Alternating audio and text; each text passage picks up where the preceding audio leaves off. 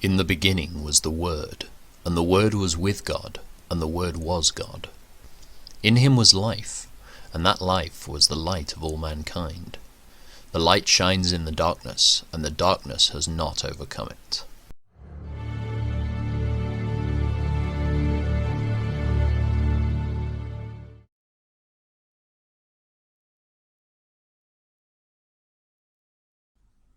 Then the whole community began weeping aloud, and they cried all night. Their voices rose in a great chorus of protest against Moses and Aaron. "If only we had died in Egypt, or even here in the wilderness," they complained. "Why is the Lord taking us to this country only to have us die in battle? Our wives and our little ones will be carried off as plunder. Wouldn't it be better for us to return to Egypt?" Then they plotted among themselves. "Let's choose a new leader and go back to Egypt." Then Moses and Aaron fell face down on the ground before the whole community of Israel.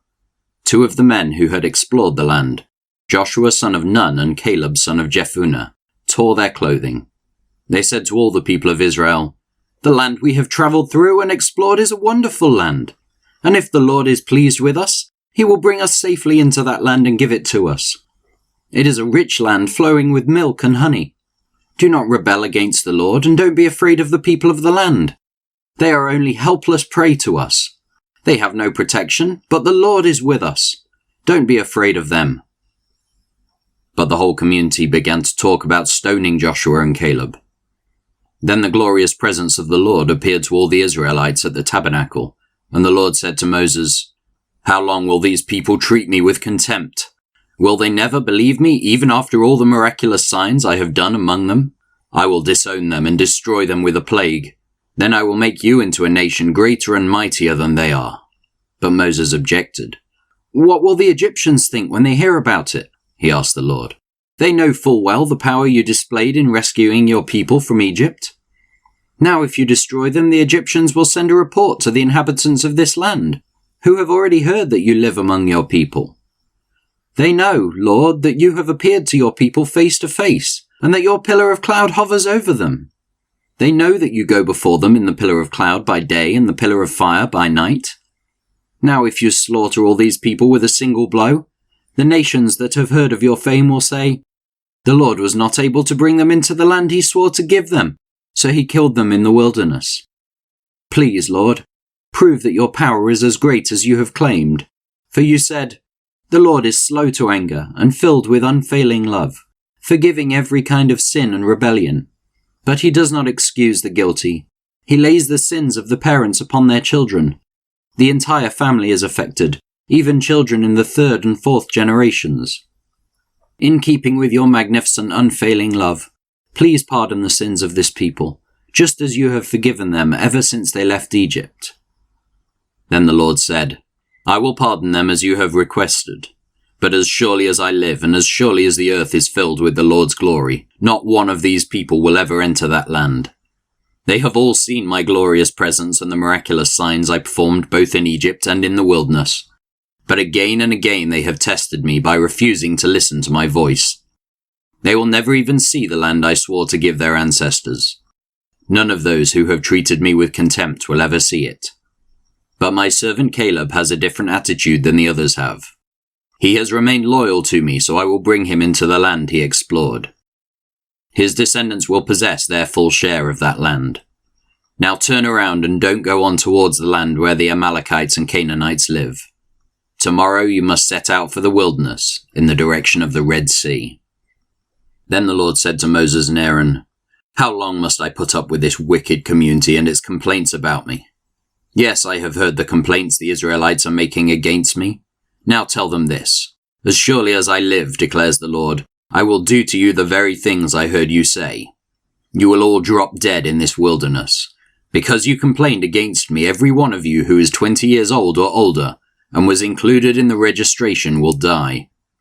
You will not enter and occupy the land I swore to give you.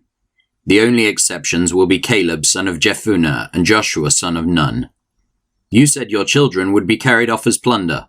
Well, I will bring them safely into the land, and they will enjoy what you have despised. But as for you, you will drop dead in this wilderness, and your children will be like shepherds wandering in the wilderness for 40 years. In this way they will pay for your faithlessness, until the last of you lies dead in the wilderness. Because your men explored the land for 40 days, you must wander in the wilderness for 40 years, a year for each day, suffering the consequences of your sins. Then you will discover what it is like to have me for an enemy. I, the Lord, have spoken. I will certainly do these things to every member of the community who has conspired against me. They will be destroyed here in this wilderness, and here they will die. The 10 men Moses had sent to explore the land, the ones who incited rebellion against the Lord with their bad report, were struck dead with the plague before the Lord. Of the 12 who had explored the land, only Joshua and Caleb remained alive. When Moses reported the Lord's words to all the Israelites, the people were filled with grief. Then they got up early the next morning and went to the top of the range of hills. "Let's go," they said. "We realize that we have sinned, but now we are ready to enter the land the Lord has promised us." But Moses said, "Why are you now disobeying the Lord's orders to return to the wilderness? It won't work. Do not go up into the land now. You will only be crushed by your enemies because the Lord is not with you. When you face the Amalekites and Canaanites in battle, you will be slaughtered. The Lord will abandon you because you have abandoned the Lord." But the people defiantly pushed ahead towards the hill country, even though neither Moses nor the Ark of the Lord's covenant left the camp. Then the Amalekites and the Canaanites who lived in those hills came down and attacked them, and chased them back as far as Hormah. Then the Lord told Moses, "Give the following instructions to the people of Israel. When you finally settle in the land I am giving you, you will offer special gifts as a pleasing aroma to the Lord. These gifts may take the form of a burnt offering, a sacrifice to fulfill a vow, a voluntary offering, or an offering at any of your annual festivals, and they may be taken from your herds of cattle or your flocks of sheep and goats. When you present these offerings, you must also give the Lord a grain offering of 2 quarts of choice flour mixed with 1 quart of olive oil. For each lamb offered as a burnt offering or a special sacrifice, you must also present 1 quart of wine as a liquid offering. If the sacrifice is a ram, give a grain offering of 4 quarts of choice flour mixed with 1/3 of a gallon of olive oil, and give 1/3 of a gallon of wine as a liquid offering. This will be a pleasing aroma to the Lord. When you present a young bull as a burnt offering or as a sacrifice to fulfill a vow, or as a peace offering to the Lord, you must also give a grain offering of 6 quarts of choice flour mixed with 2 quarts of olive oil, and give 2 quarts of wine as a liquid offering. This will be a special gift, a pleasing aroma to the Lord. Each sacrifice of a bull, ram, lamb, or young goat should be prepared in this way. Follow these instructions with each offering you present. All of you native-born Israelites must follow these instructions when you offer a special gift, as a pleasing aroma to the Lord. And if any foreigners visit you or live among you and want to present a special gift as a pleasing aroma to the Lord, they must follow these same procedures. Native-born Israelites and foreigners are equal before the Lord, and are subject to the same decrees. This is a permanent law for you to be observed from generation to generation. The same instructions and regulations will apply both to you and to the foreigners living among you." Then the Lord said to Moses, "Give the following instructions to the people of Israel. When you arrive in the land where I am taking you, and you eat the crops that grow there, you must set some aside as a sacred offering to the Lord. Present a cake from the first of the flour you grind, and set it aside as a sacred offering, as you do with the first grain from the threshing floor. Throughout the generations to come, you are to present a sacred offering to the Lord each year from the first of your ground flour. But suppose you unintentionally fail to carry out all these commands that the Lord has given you through Moses. And suppose your descendants in the future fail to do everything the Lord has commanded through Moses. If the mistake was made unintentionally, and the community was unaware of it, the whole community must present a young bull for a burnt offering as a pleasing aroma to the Lord. It must be offered with its prescribed grain offering and liquid offering, and with 1 male goat for a sin offering. With it the priest will purify the whole community of Israel, making them right with the Lord, and they will be forgiven. For it was an unintentional sin, and they have corrected it with their offerings to the Lord, the special gift and the sin offering. The whole community of Israel will be forgiven including the foreigners living among you, for all the people were involved in the sin. If one individual commits an unintentional sin, the guilty person must bring a 1-year-old female goat for a sin offering. The priest will sacrifice it to purify the guilty person before the Lord, and that person will be forgiven.